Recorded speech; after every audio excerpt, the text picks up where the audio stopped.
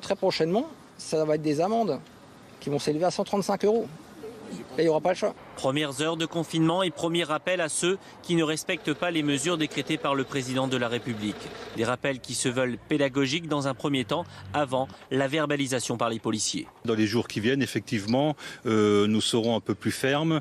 Nous agirons toujours avec discernement. Pour autant, les personnes qui ne respectent ostensiblement pas ces préconisations seront verbalisées. Résultat, pour ces premiers contrôles, rares sont ceux qui n'ont pas leur attestation de circulation. Un laissez-passer avec lequel il va falloir apprendre à vivre pendant 15 jours minimum. C'est un peu chiant, c'est pas dans la culture française, mais je crois qu'il faut en passer par là.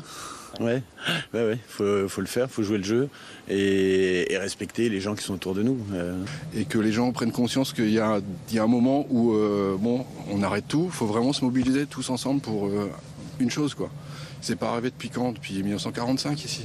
Une situation historique pour la capitale alsacienne qui semble être entrée très rapidement dans le confinement, à l'image de ses rues vides et d'une cathédrale de Strasbourg et son parvis déserté de tout touriste.